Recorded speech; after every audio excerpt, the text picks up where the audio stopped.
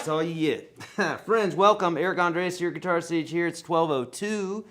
And that fun little bit that you just heard is a new project that I'm working with called Gabriel the Bull. That was my buddy Gabe who was singing a killer tune. He's a great songwriter, and we're just having a good old time doing this. So anyhow, today we're going to be talking all about effects. So let me get situated here. Let me get your beautiful comments up here. And Bob P coming in hot with a donation right away. Thank you so much, Bob P. So appreciate that. These donations really do help, folks, because obviously we do this for free. So thank you so much. And there's a couple ways that you can do it. At the very top, you'll see a comment that's pinned, a blue comment that's pinned. You can do that. That's Emmy. She is part of our team here, so that's legit. Or you can use the bottom left-hand corner of the screen there where you see the dollar symbol. You can do that as well, okay? The preferred way is the blue link, but either way is so kind of you. Thank you. Okay, so finding your own tone. We're going to be talking about guitar effects today, the Guitar Effects Live guide, if you will, okay? Let's get into it. Before we begin if you haven't already, top 30 lessons that I teach all my students is the very first link below, or go to YourGuitarSage.com/30. There's two ways that you can do this. You can, number one, you can just go there straight away, type it in, or you can click on it, or I lied, there's three ways. You can also text me. If you're sitting at the doctor's office or something like that right now and you don't want to be bothered with it, text me, 833-744-0154, and text the word free. I will set you up. If you're in UGS already, the Unstoppable Guitar System, if you're in there already, then type in UGS, and then this way we're still communicating for important events and that sort of thing, but I'm not going to bother setting you up with the free course if you're in the big course already, right? Okay, here we go. Let's talk about it. All right, I hope everybody's doing well. I broke this down, and I'm looking at my notes here that are right under the camera, so if you're wondering why I'm looking down here, that's what I'm doing. There's several variables that affect tone. Many variables that affect tone. The ones that we're going to be talking about are the ones that are most effective, I should say.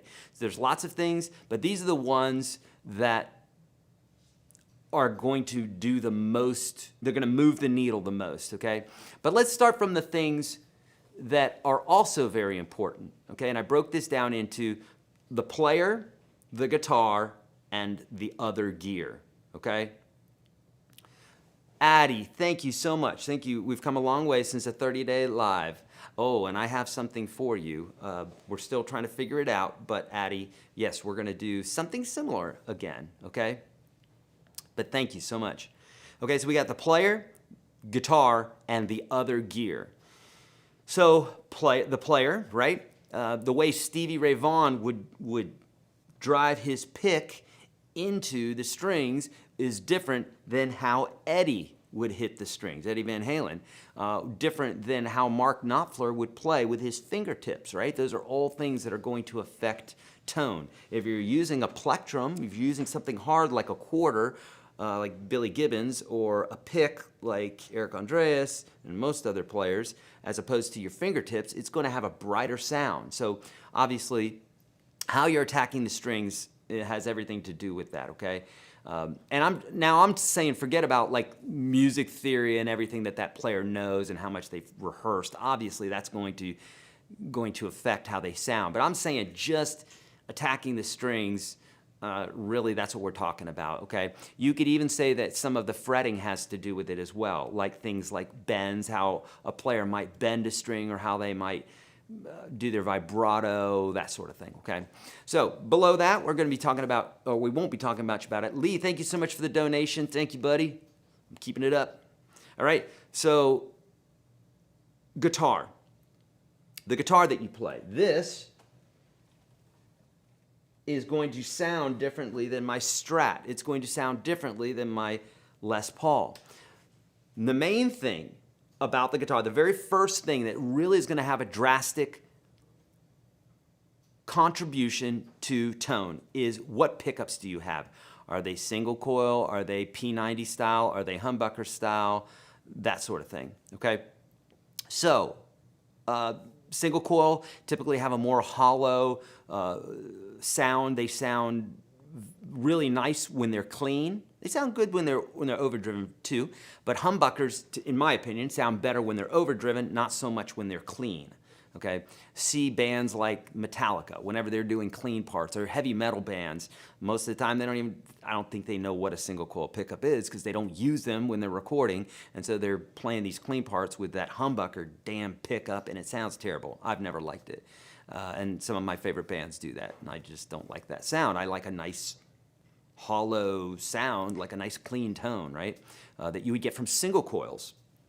So single coils you would find like in Strats and Telecasters for the most part. They're all in the office. I was going to have all sorts of guitars working with me today, and I decided not to do that. Let's be efficient today. So you got single coils, you got P90 types, which are basically a stacked single coil. They have more output traditionally. In fact, I have a 59 Les Paul Junior that has a P90s in it, and it rocks as hard as my R8 Les Paul with humbuckers. Okay, so pickups have much to do with that. The other things that have much to do with it, not as much as the pickups, but do have a lot to do with it, is the scale length of the guitar. This is something that a lot of people don't talk about.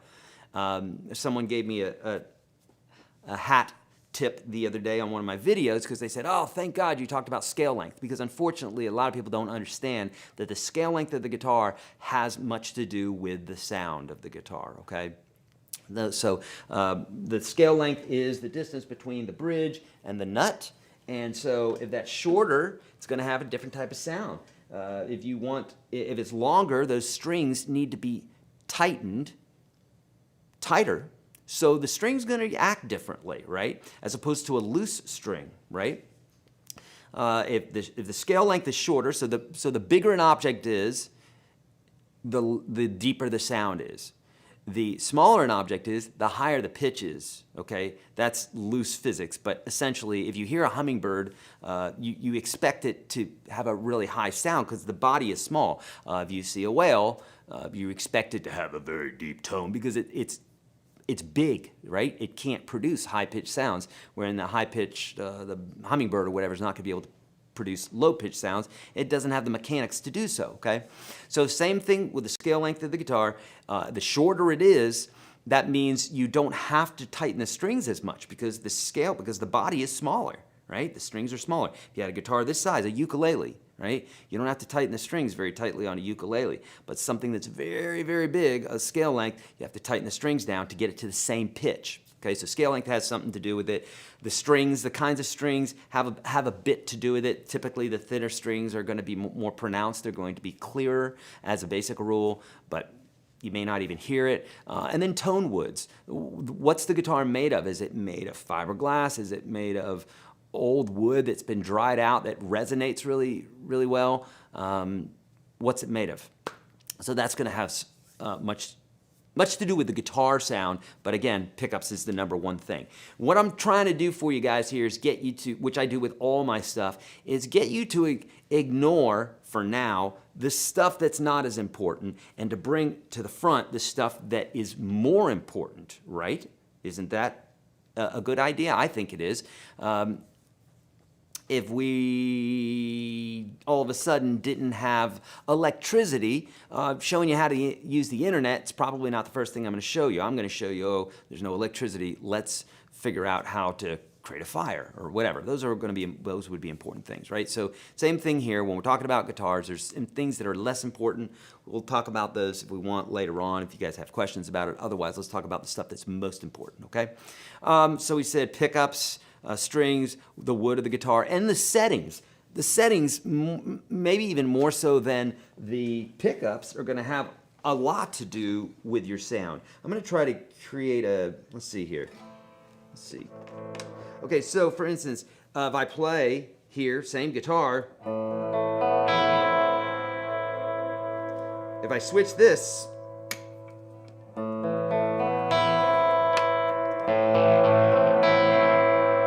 brighter, a little bit louder maybe, and so I can also dull the sound out with this.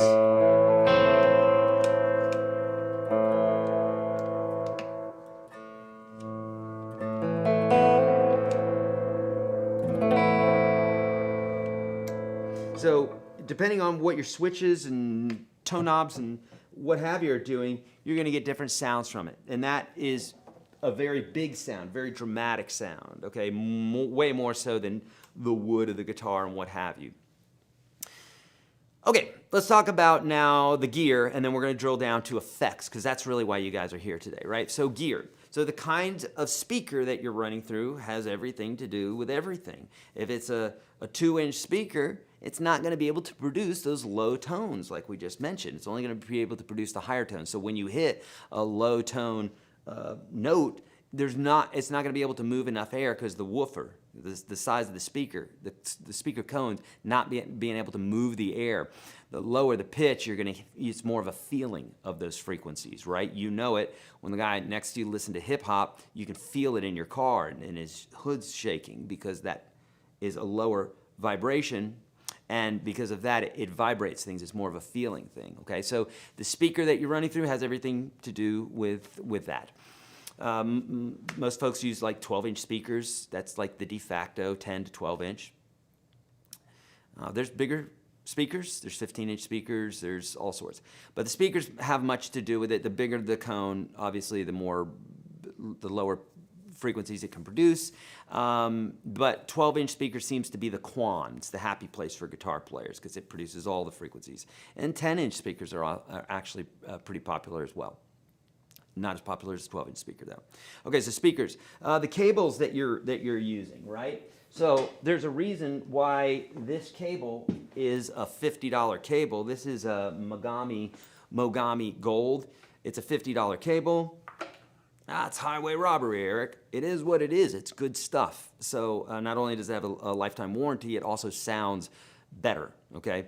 Maybe very indiscernible to most ears, but it's better. When you start stacking all these things, now all of a sudden you start hearing the difference. Difference between tube and solid state. Each one of these we could talk about for hours and hours and hours. And there's plenty of videos online. I don't have to do it for you right now. I'm going to give you the brief overview of effects, okay? But all this does play into your sound, okay? Now, all that being said, cool, we got that. Now let's go to effects, okay? Effects are things like, if you hear, you've got some delay in there, right? You have reverb, you have overdrive. There's several different things that I have going on right here. I also hit a univibe, right? My little nod to Zeppelin there for that G minor chord that is Immigrant Song. Okay, so let's talk about effects orders, and then we'll walk through some of the effects so that you can have an idea of what's going on with a particular effect if I say a name. And then also we'll talk about the effect order, and then how to properly use effects. You use them the way you want. Thank you, Mark. That's so kind. Let's talk about effects orders, okay? I'm looking at the chat if you're wondering who I'm talking to. Thank you. Effects orders usually goes like this. And I say usually because people are always looking for the best. They're looking for the rule. What is the rule? We have to know the rule or the best or the whatever.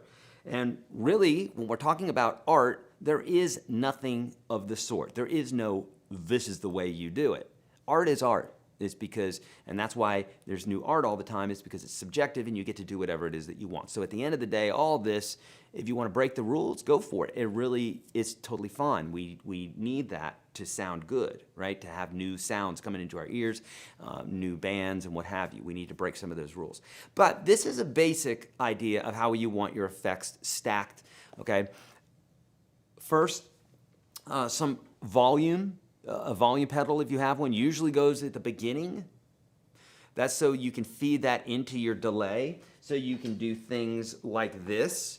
So if I wanted to...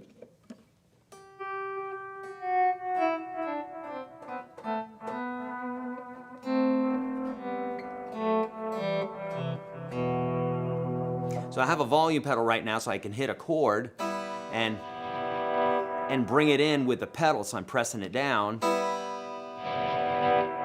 and then pulling it back, and that allows that sound to feed into the delay. If my volume pedal was after the delay, I wouldn't get that sound, right? So there's a reason. All this there's reasons for, okay? After the volume pedal, you're usually going to have your wah or any sort of filter effects. If you're wondering what a filter is, it's a wah like this, right?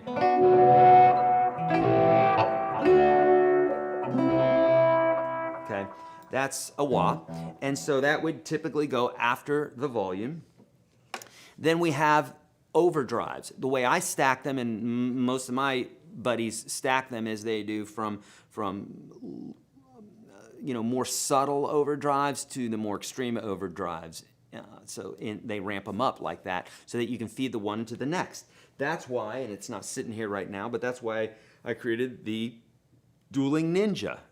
If you guys don't know about that, you need to. It's on my website, but it's a kick-ass pedal. It's a combination of two of my favorite pedals, loosely based on those, and it's my own deal. And so I'm taking what is somewhat of a tube screamer into a somewhat of an OCD, and when you feed those two into each other, should you want to do that, which is one of the functionalities of that pedal, is you get a very violin type of sound, nice overdriven, silky type sound to it, okay? Okay, so after your overdrives, fuzzes and that sort of thing, then you're going to go into, what do I have here?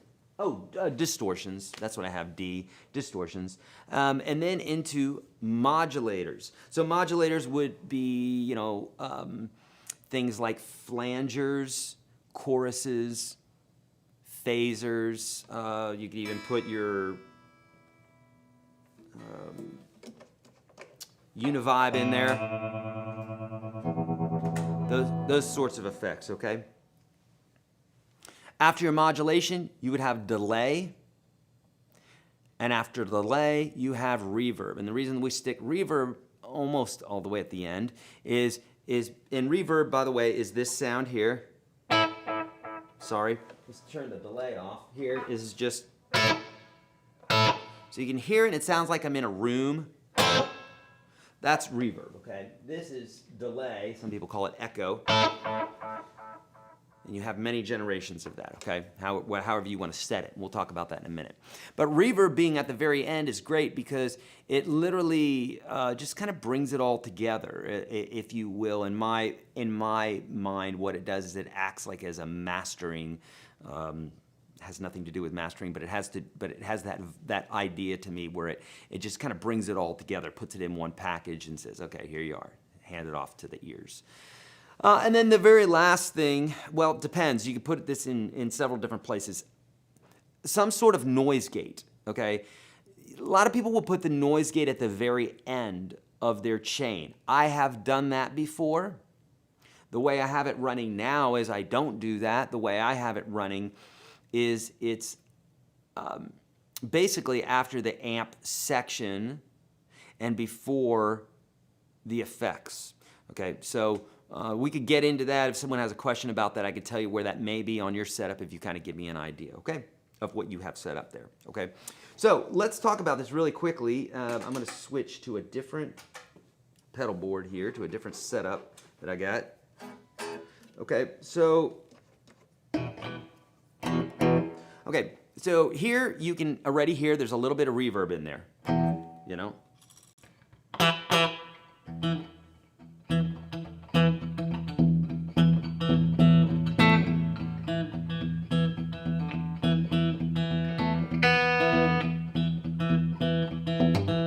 Right, so you can hear, has that little lasting effect there.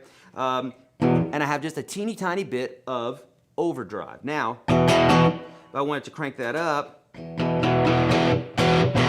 now we can rock out, you know?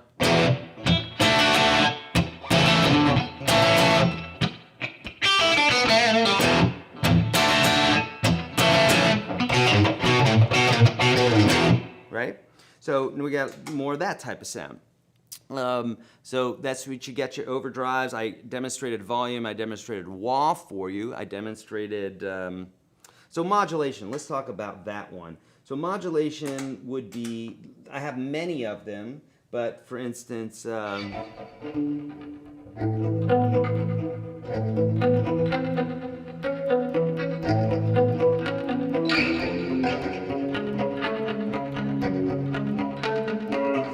you hear this little like, sounds real like swimmy. Can you hear that?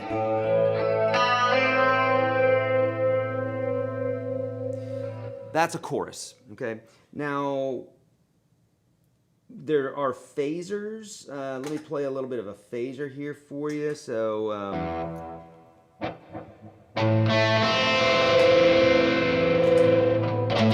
right here, this is silly on a Gretsch, but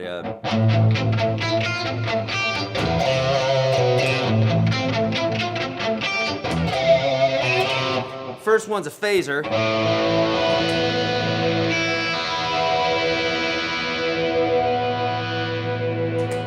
Off.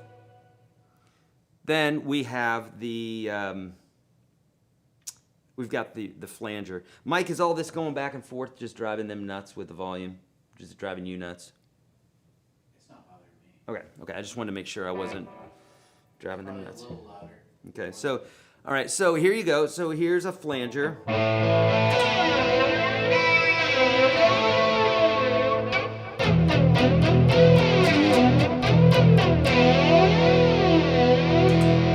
Okay, those are modulation type effects.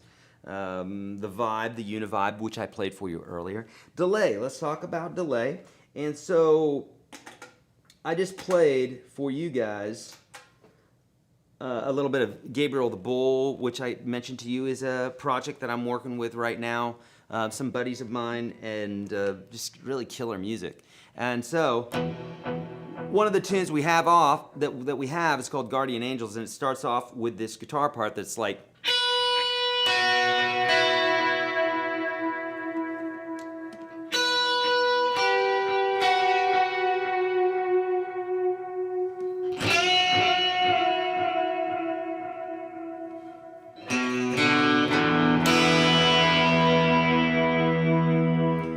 So you can hear there's a bit of a delay there.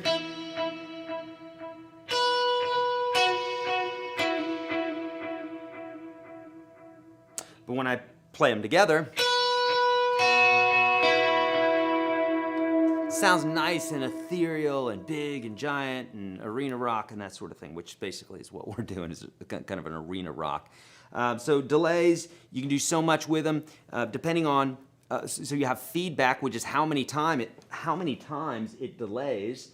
I won't mess with all that right now, but how many times? So if I want it to go once, bam, or if I want it to go many times, I could get it to keep going over and over and over and over and over again. In fact, I've got a function on here, because I use this for the tune, where I go.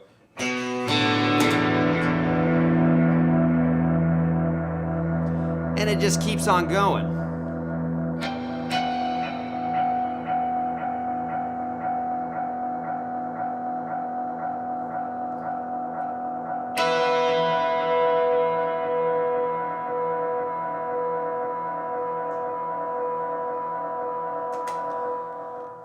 Okay, so that's called the feedback, how many times you have it repeat, the generations. And then you have the mix, which is how much you're hearing. By the way, all of these variables usually have to do with the other effects as well. Like feedback has to do with how many times something happens. Mix is how much of that effect you want to hear. So you usually see that on most of your effects. Okay, so that's delay. Same thing with reverb. You have decay, which is how long is that going to happen. Okay, so how long do you hear the reverb? This is probably set to 3 or 4 seconds, because I could still hear it going as far that long. Okay, so there's the decay. You can set the mix, which again is how much reverb you're hearing, not how long. So I could have a 10-second reverb that where the mix is real low, but you'd have to listen real carefully for it. Or I could set something where the mix was way high and it was super in your face for like 1 second. definitely a difference between the two, okay? And then, again, usually, like I have a noise gate right now, so everything's super quiet. And I love it, love it, love it, love it, love it. The first time I ever saw that was I saw a band, this is from the 80s, this will date me. I saw a band by the name of Stryper, and I just remember I was dead center in front of the guitar player, Oz Fox, and he had his hands off the guitar, and then he'd put his hands on it, and then he'd go, "Brr," or whatever, and it was so loud and so clear, but then when he wasn't playing, nothing was coming out. I wasn't used to that. I was used to hearing the hiss from my effects and my amp being cranked up and the lights that were affecting my pickups and everything else. So that's what a noise gate does. Basically what a noise gate does, if you could imagine an actual gate that only allows certain volume of sound through. So let's say you've got extraneous noises like lights. Those create EMF waves, right? Electromagnetic field. It creates sound with the wiring and what have you. And then maybe you have, who knows what else. Your dad's using a buzz saw in the garage, and now that frequency is also affecting your sound. And let's say that's all below, this is the gate, and you have the gate set to whatever. I'll make a number up, 3. You have the gate set to 3.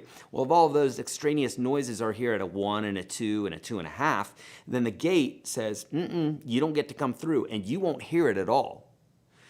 But the second you hit your guitar, which is at like a 7 or an 8 or 9 or 10 or something like that, then all of a sudden now you hear it all. Now it just opens the gate. So you might hear your dad's buzz saw and the EMF noise coming through the lines, but your guitar sound is going to mask over the top of it. For the same reason that if one person's in a room and they're speaking, you can make it out, but if you're at a dinner party, it sounds like what it sounds like, which is a bunch of people talking over each other, and you can't make out what anybody's saying because everything's masking over everything, okay? So that's what a noise gate does, and they're really, really helpful, and they help to clean up your sound, okay? Wow, it always seems to work out perfectly to the 30-minute mark whenever I'm talking about this stuff, but let's get into some of your questions, okay? So someone's saying, can you show an example of the noise gate? Let me do this. Let me try to get a nice big sound here for you, something that normally would be very noisy. Okay, so here you go. So this is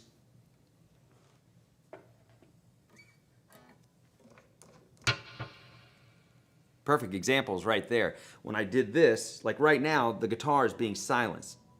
You can hear just a little bit. Now all of a sudden you hear it more. Now, let me see if I turn this gate off if we're going to hear anything. That's without the gate.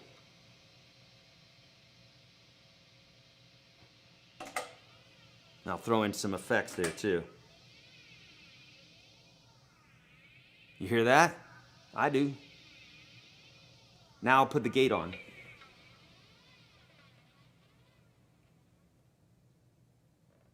Okay, and I typically wouldn't have that many effects going at once, but you get the idea. That's how the gate works, okay?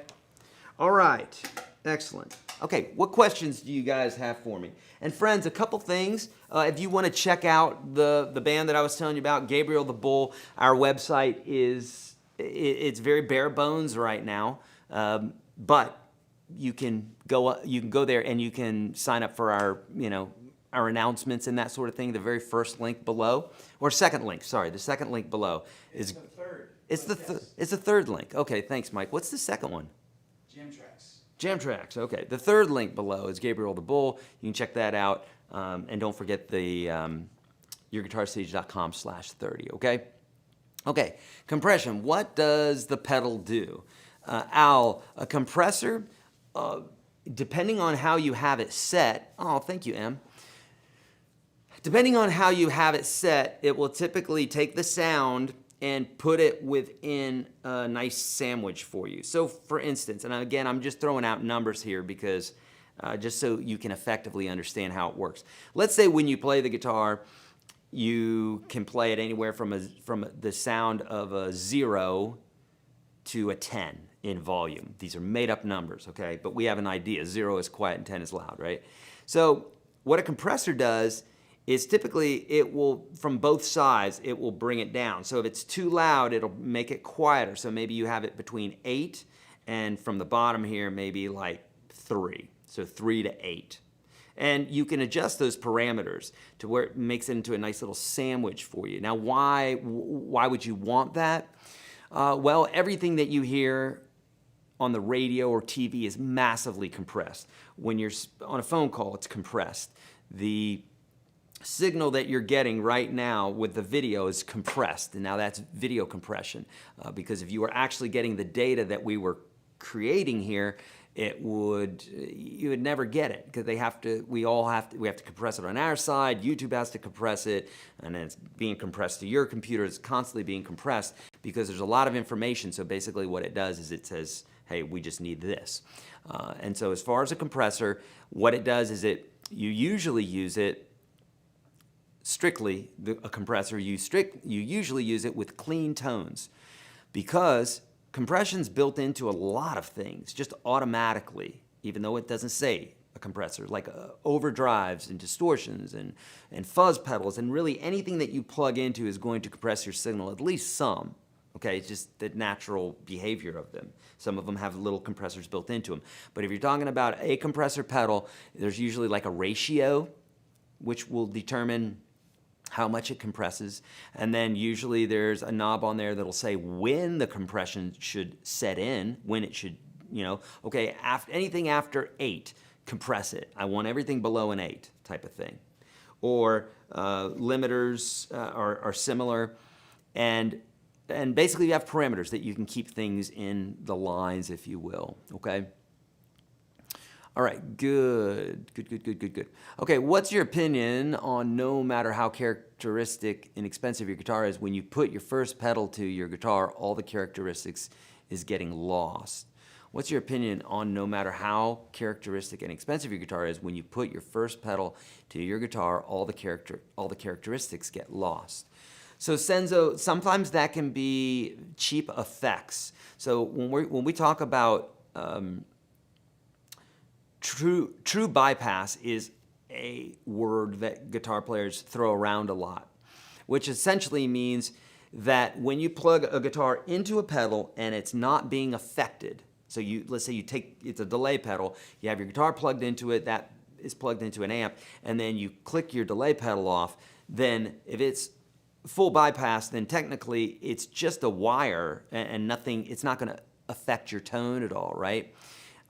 Transparency is another thing we call it. So if you're playing and someone's like, man, that's nice and transparent, what they mean by that is my sound isn't changed, because you don't really want it to be changed unless you want it to be changed with the effects pedal, but you don't want other things going on, okay?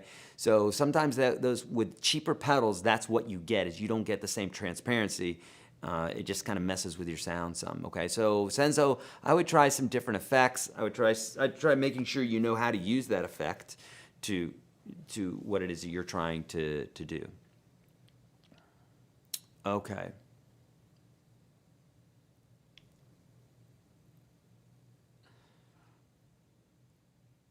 How do you get your guitar to sound lo-fi indie?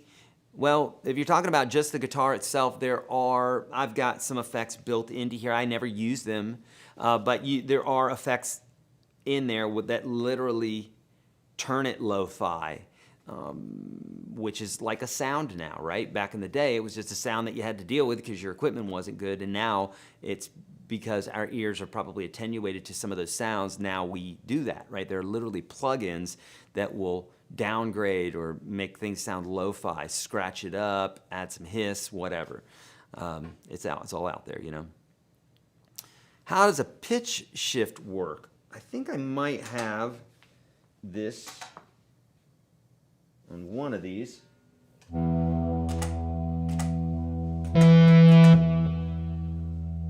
Sorry about that. No, I don't. So the way pitch shift works, I mean, I do have it in my setup here, but a way pitch shift works is it takes your signal and it literally changes the frequency of whatever the guitar that you're feeding it. So If it's at A440 and you want it to be at A432, then you can do that with pitch shifting, okay? There are whammy pedals which allow you to attenuate that pitch in real time like you would volume or wah. And then there are intelligent harmonizers where you can say, hey, this song's in the key of D minor, so when I go to take my solo, it's going to be in D minor, and when I play this lead part and I step on the pedal, harmonize with me a third above in the key of D minor, and it will do it intelligently, okay? One has to know a little bit about music theory and about scales in order for that to make any sense whatsoever, okay? Does any of this apply to acoustic guitar, Cheryl? Not really. It doesn't. I mean, it does. If you're running your guitar, your acoustic guitar through an effects module, then it has everything to do with it, but most people don't do that, okay? Opinion on virtual effects and software. It just really depends on what you're trying to do. So I use both. And at the end of the day, so much of it is software anymore. I mean, the setup that I'm using right now, one would say that is, virtual effects and software, really you're talking about the same exact thing there, sorry. Those are the same exact thing. You probably mean actual effects, like a delay unit, right? Like the old Echoplex and what have you, where they used a tape, and that's what Eddie Van Halen would use. He'd play his guitar, and it would go into this unit, and it was this, stomp box type, or would sit on a counter or what have you, and you set it however you want, and then the signal would go in there and it would record the signal, and then it would send it out delayed because it was going through the tape system, okay? So that's like legit old school. Everything else now, for the most part, is done with transistors, or many effects are digital, meaning it's just software, but it's inside of a pedal. Make sense? I saw a wooden pick for the first time. Have you ever used one? Yeah, they're dark. They sound darker, right? Whereas bright is like this sound, real super bright, as opposed to super dark is back here, right? So same thing with your pick. If it's like a hard plastic, or this isn't plastic, but it's got that bright sound to it. If I did that with one of the wooden picks, it wouldn't be as bright, as loud, okay? Positive Grid and iPhone. Yeah, it's all the same, really. It's just all software. But some software is better than others, What's EQ? I've heard that term a lot. So EQ can be anything as simple as I showed you earlier, adjusting my tone. They could be as simple as that, which is a sweep, right, which is taking out many frequencies. But if you could imagine this. Low frequencies are down here. High frequencies are up here. And if you could imagine a spectrum of everything in between. Now I'm in the middle, we got the low, we got the high, right? And you imagine all the different frequencies. If I boosted my bass on my low sounds, then the volume would increase. If the frequency that I was picking was where I was speaking, okay? But I could crank the highs here, and you're not gonna hear much difference in my sound of what I'm saying. You would probably hear anything that's bright, like the refrigerator in the back, or anything that's bright sounding in the room, or that's in that frequency range, it would boost it. So essentially an EQ is volume per what it is that you want. So a 3-band parametric EQ, like old school, like amps, a lot of amplifiers have that. I'm looking down at one right now. Mine has 3 bands and a presence. And so essentially, I can do that in real time and affect the sound however I want. Let's do this. Let's go. So if I wanted to brighten this up or darken it, I can do that with the EQ. Okay.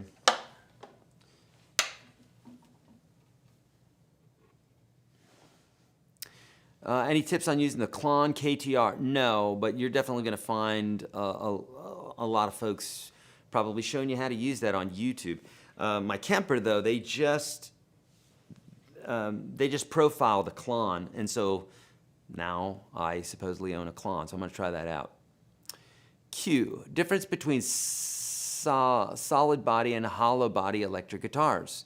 Well, the sound is a bit different, but I mean, obviously, a solid body is a solid piece of wood, whereas a hollow body is going to be hollow inside. You have semi-hollow, you have hollow, and the difference there is there's a block that's inside here. If it doesn't have that block, then it's hollow. What we call hollow. I call them all hollow. If it's got F holes, I call them hollow. But technically, this one's semi-hollow. But there are guitars that are hollow. Obviously, standard acoustic guitar is, but there are electrics that are hollow as well. And there is some difference in the way that they react to feedback and vibration and all the rest. It sounds like I'm giving vague answers to some of these. It's because if I want to accurately answer it for you, it has to be vague because we could talk about that for hours, days probably, you know? Long time. Okay. Do hollow body guitars versus solid make a difference? Yeah, they can indeed. What's your daily practice routine? It's not impressive. It has to do with whatever it is that I have that's coming up. So, I have rehearsal on Thursday night. I'm working on some tunes for the band, and that's how I'm rehearsing right now. So, I wouldn't say that I'm probably the guy to look at for your practice routine, but I'm definitely the guy to look for my practice routine, and that's true for everybody, right? So, I was talking to Johnny Hyland a few months ago, and if you don't know him, he's an insane guitar player, but his practice routine is just off the charts because he is a guitar hero, if you will, and people really look at him as pushing the envelope. So his practice is going to be different than my practice because he doesn't need to create courses. He's not working with other guitar players to create courses, all these other things. He's just focusing on Johnny Hyland and his picking and what can he do to impress the crowd. So he's going to have an entirely different practice routine than you or I. So, but Maverick, I do talk about that inside of the UGS. I talk about how to come up with that practice routine. And it has to do with not me, it has to do with you because you're the person who's practicing. So it starts off with your why. Why do you play guitar? Once you answer that, and then you can, there's a lot to it, and I've done videos on it, but answering your why is really important. How to get slapback delay. Get a delay and set it for not a very,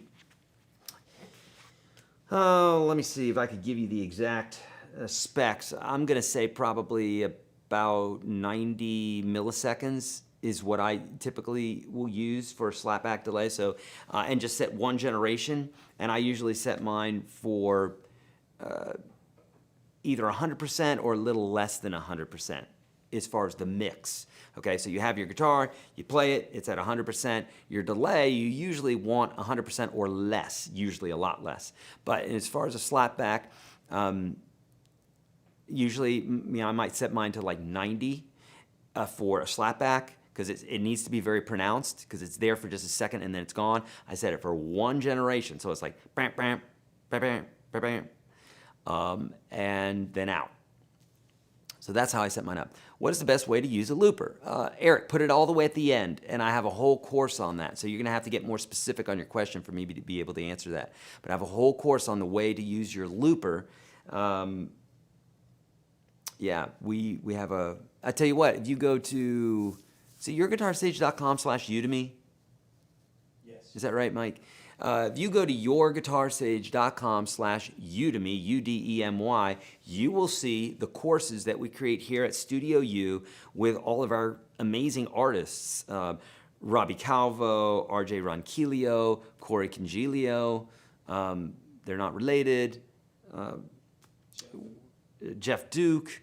We got a course coming out from... Well, we got Joe Robinson. Joe Robinson's doing a bunch of courses with us right now. Yeah, so if you want to check those out, go to YourGuitarSage.com/Udemy. Joe's courses aren't out yet. We're currently filming them. we're 120 videos in, and we're about a third of the way there. So we're building some killer stuff with Joe right now. But we've got a looper course, Eric. All that to say, we've got a looper course, and you got to check it out because it's hands down the best looper course out there, okay? All right. Do you wear earplugs? How do you protect your hearing? I don't wear earplugs unless it's outside my realm of what I believe is loud, which I think, according to the people around me, I don't know what loud is because it's never really loud to me. I feel comfortable with loud volumes typically. Mike always, he's like, dear God, that's so loud. And I'm not trying to be that way. I just like it loud. I don't know if I like to hear the music. I like to feel the music. So I don't wear earplugs very often, but I suggest that you do. And I suggest you keep volumes levels low because it can be a real thing. You can lose your hearing. Right, Mike? What? Where do you put your looper on your broad while having other effects? Where do you put your looper on your board while having other effects? Okay, 9 times out of 10, almost 10 times out of 10, the looper goes all the way at the end. Because remember, the looper is something that's capturing everything that you're doing. So if you have delay and you've got the looper before the looper doesn't get to record the delay. Okay? And so if you wanted to have your first pass of guitar recording, maybe that one you want nice and clean, no overdrive, maybe a little chorus to, make it sound smooth, and a little bit of delay and a little bit of reverb, boom, and then you print that one to your looper, and then the next go around you're like, I don't want the flanger, I want the reverb longer, I want the delay off, and whatever, you start changing it up, and then you want that sound to sound like that. If the looper's at the end, now it prints it like that. Totally different, because it's recording it. It's a recording device, right? But if you put it at the beginning or anywhere in your mix there, wherever it's at, the effects after it aren't going to get printed. So if you put it all the way at the beginning, it's not going to work. Now for me, on my big pedal board, I've got one at the beginning, one at the end. And the reason that I do that is, for obvious reasons, the one at the end, of which I just told you. The one at the beginning, what I like to do is, if I'm going to create some new tones and what have you, and I want to work with the delay settings or something, what I'll do is I'll play the part and I'll record it into my looper at the front.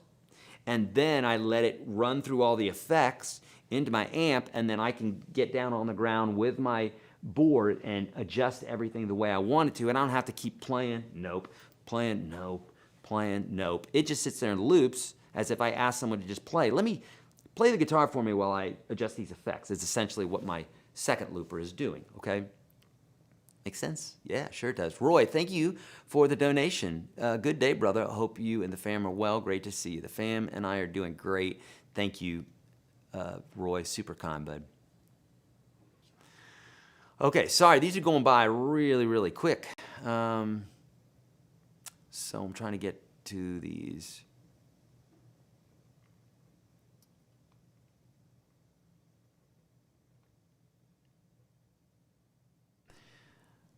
I don't know anything about the Fender Champion 100, but I think that's kind of a de facto practice amp. And at the end of the day, it doesn't really matter what I think about it, unless, William, you're talking about going and buying one. My opinion of it doesn't really matter, because it's, do you like it? And I'm not being cheeky here. It really doesn't matter. It doesn't matter what I think. Because if I say it's a piece of crap, and you're like, dude, it sounds great, it only matters what you think, right? Because you're the guy buying it. So I would go with reviews on stuff online. Just take a swath of reviews, read through them. If something has like 4.5 and above and it hasn't been jerry-rigged, right, then I'm like, it's cool. So that's what I would say to do there, my friend. Okay, how long did it take you to play bar chords? Rashish, I don't remember how long it took for me to do that, but if you've been playing just a little while, if you follow the techniques that I teach you in the effing F chord video, that's E-F-F-I-N-G, effing F chord, you could search that and find it. If you follow those techniques, you're going to play it way quicker than if you didn't, because I teach you how to break that chord down and how to think about each finger and what to do, how to approach it, 2 notes, 3 notes, 4 notes, 5 notes, 6 notes. And with that approach, if you don't do that, you're going to be very frustrated. Okay? All right.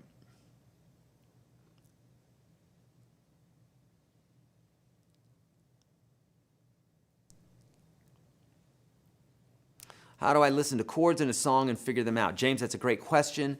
The first thing you want to do is you want to be able to find melodies on your guitar. And I've got videos for that. If you just search YourGuitarSage ear, you're going to find those on YouTube. The reason I can't just give you an answer with that is because it's a really long answer.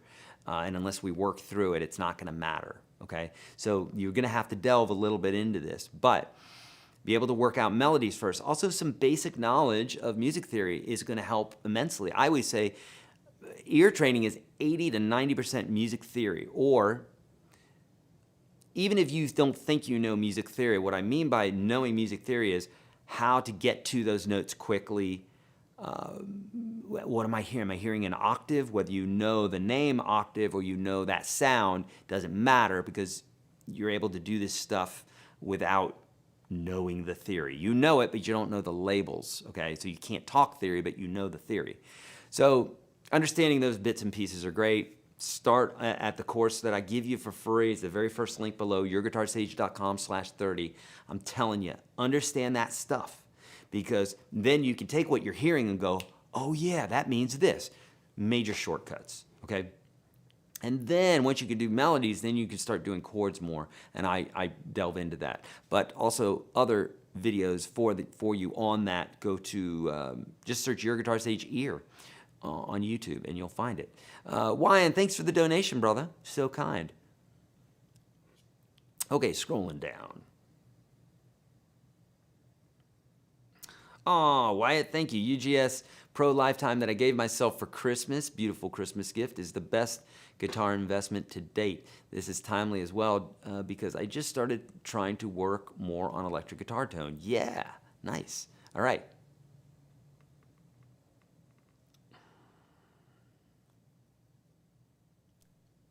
How do you adjust the small set screws on the bridge? Well, you use a screwdriver, but Eric, you got to know what you're doing. You're not going to break anything, chances are, but you can kind of make your guitar messed up for a bit and then have to bring it to a guitar luthier. So I would watch some videos on that. Why are you adjusting the bridge, number one? And number two, watch some videos on adjusting the bridge on YouTube or wherever. What's my favorite fuzz pedal and why? So I don't use a lot of fuzz pedals. I just don't. But if I do, it's usually the fuzz face, which is the de facto Hendrix fuzz pedal. Okay. How do I hear chords to a song and figure them out? Yeah, you got to know a little bit about music theory. Like, if you know that the chords go in a major key, if you know that they go major, minor, minor, major, major, minor, diminished, right? As in, you're going through the major scale, right? So like 1, 2, 3, 4, 5, 6, 7, 1. You're like, whoa, whoa, whoa, I don't know the major scale. It's because you're not in my course, the free course that I'm giving you. So I can't help you. So if you learn the major scale, then you'll know what I'm talking about. 1, 2, 3, 4, 5, 6, 7, 1. And then you'll know that the chords that match those are major 1, minor 2, minor 3, major 4, major 5, minor 6, diminished 7, and back to your major 1. And that's true for every major key. Now, you don't have to do those chords. You can not do those. But those are the ones that naturally appear, so you might as well know them, because it's like 99% of the time, those are the chords that are going to appear in songs, okay?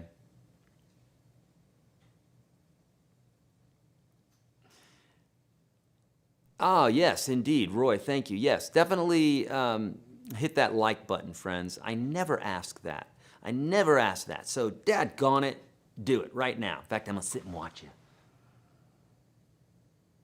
Okay? Do it. Also share if you would. Oh, what? Thank you, Brent, for buying us 5 coffees. Brent, thank you, bud.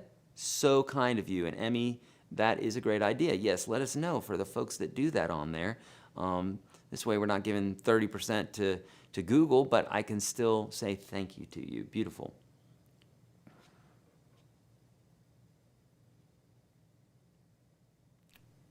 Ah, yeah, indeed, Roy. Thank you for sharing that. The Your Guitar Sage Facebook channel. I think it's Facebook. I think it's facebook.com/YourGuitarSage is how to get to that. But a lot of the community there, a lot of camaraderie. I don't hang out there a ton just because I'm building stuff for you guys, but it's more of a place for our community, and they'll say, hey, I learned this new song, or check this out, give me some pointers and what have you. It's a great community, so get in there. Hey. I'm starting to play patterns, and it's so much fun. My next challenge is to know what roots I'm on as a transition. Any tips, Louisiana? Yes, you're not in the free course that I'm giving you because I talked to you about finding the root of the chord, how to do all that stuff. But I listen to the bass player. Any tips for acoustic to electric transition? Yes, pick up the electric guitar and just start playing it. If you drive a Dodge Stratus and you get a Tesla and you're like, well, how do I get used to driving the Tesla? You get in the Tesla and you start driving and stop driving the Dodge Stratus. You just do it. There really is nothing to say about it. There's just the doing part.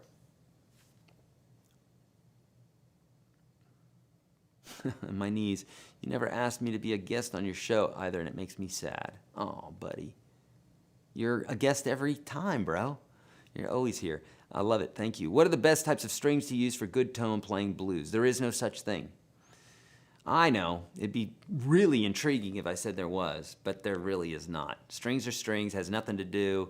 I mean, yeah, there's some basic little tiny differences, but nothing that's going to matter. So what I'm saying is take all that mental energy that you're worried about the strings and practice your stuff. Don't worry about the strings. Because Stevie would play 13s, and I'm playing 9s and 8s, okay? And Billy Gibbons is playing 7s. So, you know, I love metal. Dodge Stratus. That's from, I don't know what, Will Ferrell. I drive a Dodge Stratus. That's where I got that from. It's in my brain forever. What do I think of metal? I love metal, and yeah, love it. Eric is saying, what's intonation? Intonation is how, essentially for guitar players, what it is does the string stay in tune across the neck? Yes, we can tune our guitar to the nut, right? As we do.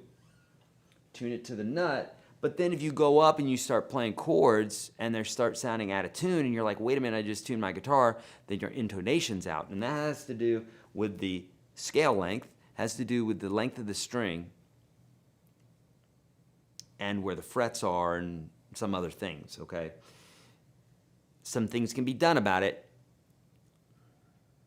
I have mine set up often, 2 times a year.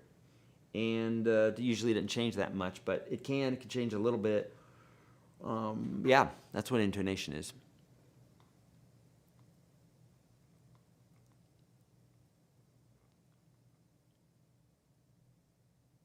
All right. I think what height should I set my pickups to? I like to set mine as close to the strings as possible without it affecting the tone. So I didn't know this. Because the way I used to do it, like growing up and stuff, is I would just crank my pickups as close to the string as possible without, basically to where I wasn't, when I picked, it wasn't touching the pickup. And then I would just back it off from there because I wanted as much tone, as much volume as possible. And it probably was in the place that it needed to be anyhow because my intonation wasn't out or anything. But basically, if the pickup, this is why people talking about best and what have you when they're talking about art, I'm constantly trying to get you guys off of that because there is no such thing. There's Quan, there's the middle way, right, that the Buddhists talk about all the time. There's the middle way. But so for instance, you know, can your action, you know, people say, what's the best action? Well, best action is the best action for you. That's the height of your strings. If you're a bluegrass player, you probably want it light. If you're a shredder, you probably want it lower, but it can be too low to where it's affecting your sound, et cetera, et cetera. Same thing with pickups. If it's too close to the string, what it can do is, because the the magnetic field that's being created by the pickup can dampen your string vibration.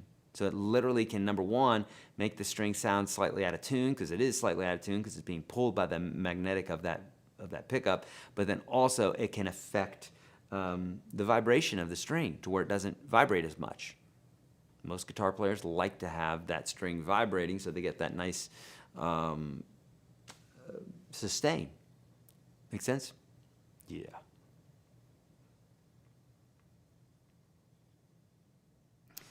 Here is saying, last two questions here. How to fit the 6th, 9th, and 13th chords into a chord progression.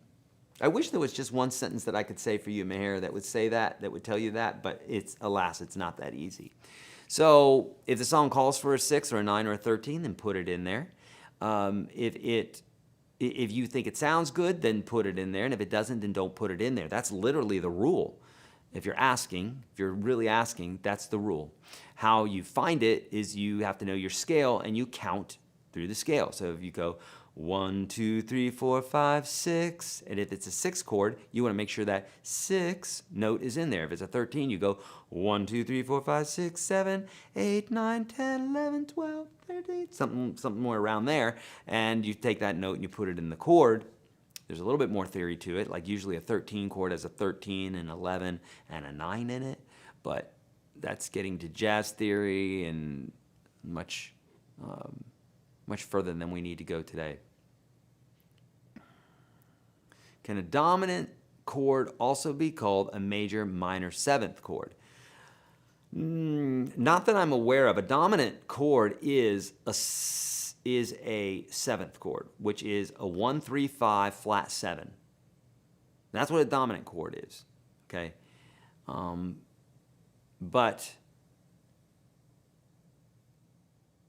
as far as I know, I've never heard of a major minor 7th being a dominant 7th chord. It's just major minor 7th is a major chord.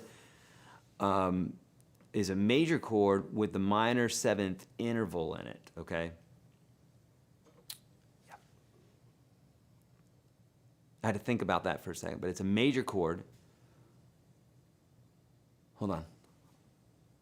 A dominant chord is a 1, 3, 5, 7. A major 7 chord is a 1, 3, 5. Sorry, take this back. A dominant chord is a 1, 3, 5 flat 7. What we call 7th chords, like a G7, D7, that sort of thing. A major 7 chord is a 1, 3, 5, 7. And because they call it a major 7 because it has the major 7 interval and it has a regular 7 in it, right? And a major minor 7th is a oh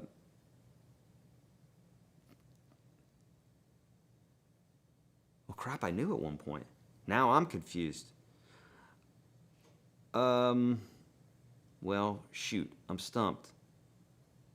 It's a minor 7th chord. Let me play it. Hold on, let me think here for just a second. Dominant 7th chord, right? So a minor 7th would be like this, and a major minor 7th chord. Let me think about this for just a second. Minor 7th chord. That's it. No, that's a major 7th chord. My God, as soon as this broadcast goes off, I'm going to remember. Because, I mean, I've taught them before. I just, when you're not using something all the time, you do forget them, Okay. Circle back on it. Yeah, I will. I definitely will. Okay. Have I gotten to everybody? I think I have. Give me a brief overview of fret sizes, jumbo, etc. So there's all different types of fret sizes. Old school guitars, like in the 50s and stuff, had smaller frets, the height of them. And so because of that, you typically had to have a guitar refretted more often than you would nowadays, where now they can crown the frets, which is kind of like retreading a tire. And it's like you're taking the same fret, but you're doing some magic to it to make it come to a point again and have it like a legit fret. And you can do that usually, I think, once or twice on most frets, the jumbo frets, and then you're good. And then you don't have to refret the guitar, which can be expensive. Okay.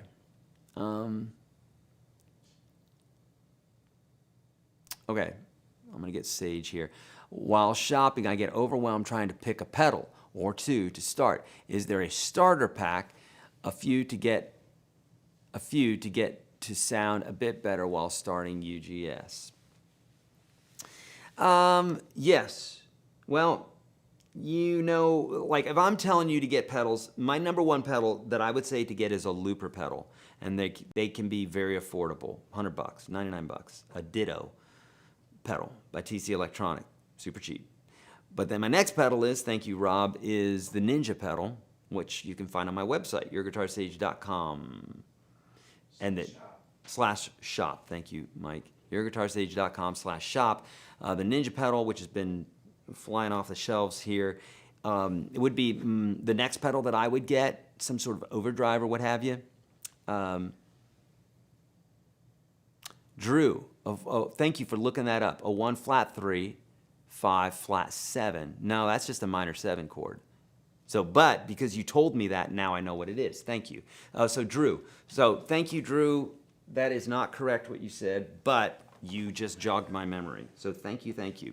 So what you said, Drew, is a minor 7 chord. So a minor 7 chord is a minor chord with the flatted 7.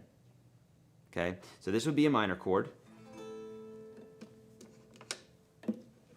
Minor chord. But if we take this 7th, or we take this and we drop it back a whole step, now we have a minor 7 chord. But a minor major 7 chord is this, but we're gonna raise that 7th up a half a step. So it's gonna sound like this. Don't be scared. Okay? It's a bit of a dissonant chord, and but it works well. Works well when it works well in the right song. Okay, my friends, that's all I have for you today. Couple things. Don't forget, go visit Gabriel the Bull page, our website. If you liked the music that I played there at the beginning, do that. That's the third link below. The second link below is, what is it, Mike? The Pro Jam Tracks. If you like jam tracks and you like noodling with stuff, right, and what have you, check that out. We are busy. The elves are busy working on them right now. And then the very first link below is YourGuitarSage.com/30. Friends, if you haven't done this before, if you haven't gone to this before, if you haven't gone through those lessons that I'm giving you for free today, you gotta do it. It's absolutely free. It's like 30-something lessons, and it will absolutely change the way that you think about guitar and music in general. Promise you. In fact, if you've been through the first 30 lessons, so people know that I'm telling the truth here, just put 30 right there in the old chat there so folks know. And every time you see a 30 and you haven't been in the 30, that's someone yelling at you saying, get in the 30! Okay? So friends, if you've been in the 30, write 30 right now. If you're in UGS Pro, just say, go Pro. Okay? Now friends, love you. Thank you so much. This has been great. Perfect time to end. 1:11. See ya.